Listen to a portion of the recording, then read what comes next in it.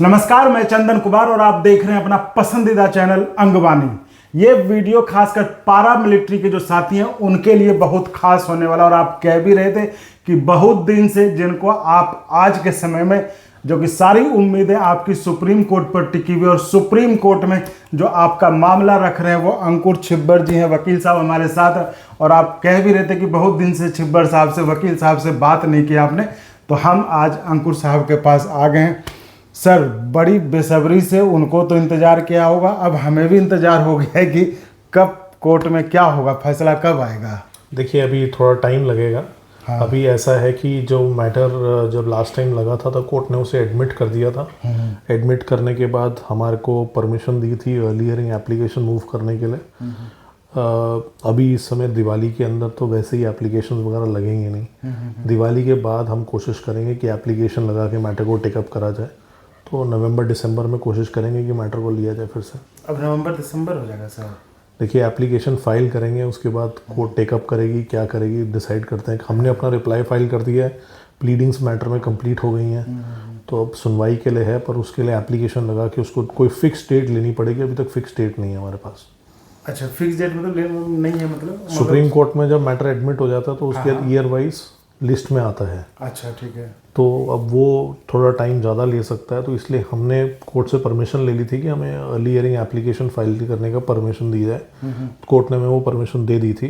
अब उस परमिशन के हिसाब से अभी छुट्टियों के बाद, दिवाली की छुट्टियों के बाद हम वो एप्लीकेशन फाइल करके कोशिश करेंगे कि जितनी जल्दी हो सके उतनी जल्दी मैटर टेकअप करा जाए। अच्छा, तो यानी कि अब जो भी होना है दिवाली के बाद ही होगा। अब कितनी उम्मीद लगती है सर? देखिए, हम तो हाई कोर्ट से लेकर सुप्रीम कोर्ट में जो लड़ाई कर रहे हैं वो हमें पता है बिल्कुल ठीक है, और पूरी कोशिश यही है कि हाई कोर्ट के ऑर्डर को अफर्म कराएं सुप्रीम कोर्ट से, और सब लोगों को जितना बेनिफिट मिल सकता है सबको दिलवाएंगे। अच्छा, ये इसका कितना असर होगा? बहुत से लोग कमेंट में कहते हैं पैरामिलिट्री कह रहे कुछ नहीं होगा, सरकार ने नहीं मानेगी, तो हालांकि कोर्ट में तो बिल्कुल अलग होता है। अगर कोर्ट ने, सुप्रीम कोर्ट ने ऑर्डर कर दिया तो सरकार को मानना ही पड़ेगा। सरकार के पास कोई ऑप्शन नहीं है। मतलब वैसा तो करना ही पड़ेगा, ऐसा कुछ चाहे नहीं चाहे। अगर सुप्रीम कोर्ट ने ऑर्डर कंफर्म कर दिया तो सरकार को ये करना ही पड़ेगा। हाँ। और कोई तरीका नहीं। और सर, ये वो जो आप कह रहे थे मेन आधार जो अपना MHA का नोटिफिकेशन है, गृह मंत्रालय का नोटिफिकेशन है, तो क्या सिर्फ उसके आधार पर ये केस बाजी पलट सकती है? बाजी अपने हाथ में? MHA का नोटिफिकेशन तो एक चीज़ है, पर मेन जो हमारी लड़ाई, हमारा जो मेन फोकस है वो हमारे स्टैचूट्स हैं। अच्छा, जो CRPF एक्ट है, BSF एक्ट है, ITBP एक्ट है, SSB एक्ट है, CSF एक्ट है, ये एक्ट खुद कहते हैं कि ये arm force of the union है। उसके बाद कॉन्स्टिट्यूशन के अंदर भी इनका प्रोविजन है। सो ये हमारे पास स्टैचूट्स हैं जिसके बेसिस पे हम लड़ाई कर रहे हैं। हम ऐसे ही किसी नोटिफिकेशन पे लड़ाई नहीं कर रहे हैं। एंड सुप्रीम कोर्ट की जजमेंट है जिसके अंदर उन्होंने arm force of the union को, CRPF, BSF, ITBP को सबको arm force of the union माना है।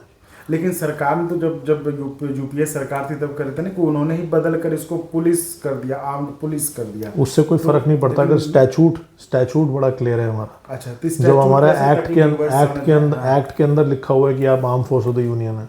अच्छा, एक्ट में ही लिखा हुआ है, तो कोई एडमिनिस्ट्रेटिव ऑर्डर कुछ भी कर दे उससे कोई फर्क नहीं पड़ता। जो स्टैचूट कहता है वही मानना पड़ेगा। तो ये जो थे तो भी तो बदल के आया होगा ना, इसको तो बदल, स्टैचूट चेंज नहीं हुआ, स्टैचूट वैसे का वैसे ही है। अच्छा, तो ये बहुत बड़ा मतलब उम्मीद है। उसी के बेसिस पे हाई कोर्ट ने जजमेंट दी है।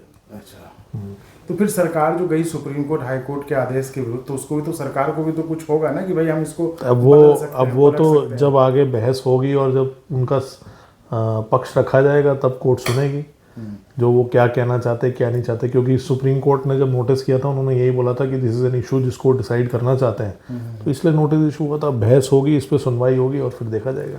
सर, सारी उम्मीदें देश के जितने तमाम पैरामिलिट्री सब आपको एक भगवान के रूप में देख रहे हैं। भगवान नहीं, मैं इंसान ही हूँ। हाँ, पर मैं अपनी इस दीपावली में जो पटाखे जो आप ही ला सकते हैं उनके पास, मैं अपनी तरफ से मैं जो भी कर सकता हूँ, जैसे भी है अपनी तरफ से पूरी लड़ाई करूँगा, और जिसके लिए जो भी कर सकता हूँ पूरी कोशिश करूँगा। आपके तरकस में कितने तीर हैं? सारे तीर हैं, आप चिंता ना करें। जब बहस करेंगे तब दिखाएंगे कितने तरकस में कितने तीर हैं।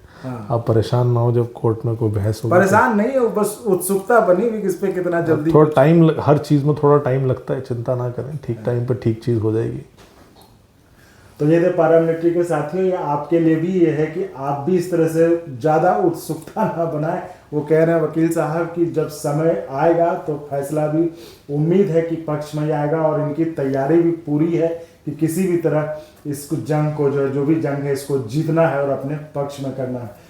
तो इस वीडियो में थोड़ा सा ताकि लोगों को पीछे का भी पता चल जाए, अब हाई कोर्ट में ऐसा क्या आपने दलील रखा जो जीत आपकी हुई और उसके खिलाफ अब जो सरकार सुप्रीम कोर्ट में गई, थोड़ा सा अगर वो बता पाएंगे। हाँ, क्या हमने कोर्ट के अंदर ये बताया था कि जो सरकार का नोटिफिकेशन आया था जी, जो 23 दिसंबर 2003 का नोटिफिकेशन था, जिसके बेसिस पे ओल्ड पेंशन स्कीम हटा के न्यू पेंशन स्कीम लाए थे, उसके अंदर एक एक्सेप्शन क्लॉज स्पेसिफिक था कि ये जो न्यू पेंशन स्कीम है ये सबको लागू होगा except the arm force of the union.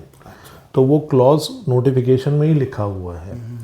अब क्योंकि हमारे स्टैचूट में हम लोगों को आर्म फोर्स माना गया है, भारत सरकार ने एमएचए के थ्रू नोटिफिकेशन निकाला जिसके अंदर भी ये माना गया है।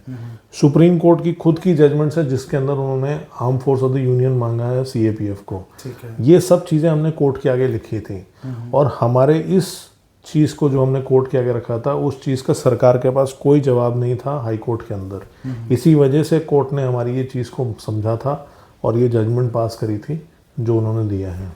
तो अभी भी इन चीज़ों का उनके पास कोई जवाब नहीं है, क्योंकि स्टैचूट में हमको डिक्लेयर किया गया as an arm force of the union. जब वो माना गया है तो उस हिसाब से उनके पास कोई और ऑप्शन नहीं है। बाकी सुप्रीम कोर्ट इसको सुनवाई करेगी और डिसाइड करेगी, बट हमारे पास लीगली साउंड आर्ग्यूमेंट है जिसके बेसिस पे हम हाई कोर्ट में जीते थे, और भगवान ने चाहा तो सुप्रीम कोर्ट में भी इस ऑर्डर को अपहोल्ड करवाएंगे। ये कि सरकार को पता नहीं होगा कि ये बहुत बड़ा जो आप बता रहे कि ये लूप होल है आपके स्टैट्यूट में ये है, और ये सुप्रीम सरकार को सब कुछ पता होता है, पर आपको भी पता है कि उनके ऊपर कितना बड़ा फाइनेंशियल बर्डन आ जाएगा अगर सीएपीएफ को भी आर्म फोर्सेस मान के उनको सबको देना पड़ेगा।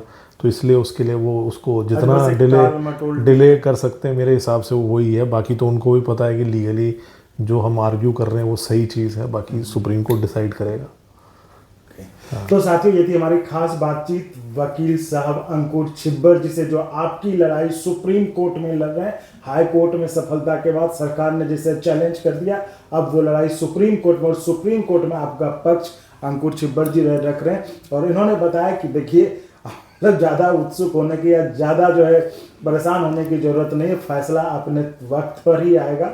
जो सुनवाई है वो दिवाली का जो पटाखा है वो आप फोड़ लीजिए, उसके बाद शायद कोर्ट भी आपको दे मौका आतिशबाजी करने का। तो इसी उम्मीद के साथ कि कोर्ट का फैसला आपके पक्ष में आए, हम इस चर्चा को समाप्त करते हैं। और आप इसी तरह चैनल को लाइक शेयर सब्सक्राइब करते रहिए, और संभव हो तो ज्वाइन भी करिए, जिससे हमें और गुणवत्तापूर्ण कंटेंट के निर्माण में मदद मिले। धन्यवाद सर। Thank you. और अगर आपको अच्छा लगा तो एक बार और आपको मैं कहना चाहूँगा कि आप इसको प्लीज़ सब्सक्राइब और शेयर करते रहें, ताकि हमारा भी मनोबल और सपोर्ट बना रहे।